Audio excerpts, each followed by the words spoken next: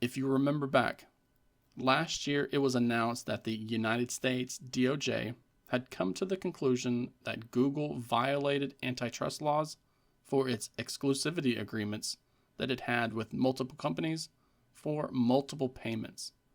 For example, they would pay Apple and Mozilla to set Google as the default search engine, and they had deals with the likes of Samsung to not pursue mobile game exclusivity agreements in an attempt to build up the Galaxy App Store. There were a lot of moving parts in that trial, and I highly recommend you catch up on the details if you ended up missing out on what happened. And while the DOJ originally outlined a number of changes the Mountain View tech giant has to make, the new administration is giving them a little bit of a break with a stern warning about the future.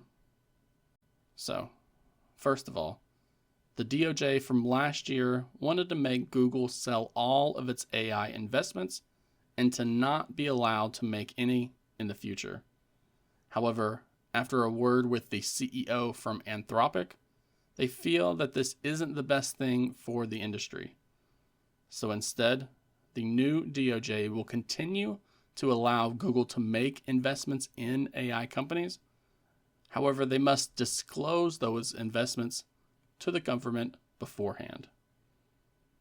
They also confirmed that they're going to stick with the previous decision, and they will be forcing Google to sell off Chrome to a third-party entity. There have been a few names thrown around as to which company could actually afford to buy it, but nothing has been set in stone as of yet. They will also make sure that Google will no longer be able to make any search-related payments to its partners, since this is the kind of thing that got them into trouble to begin with.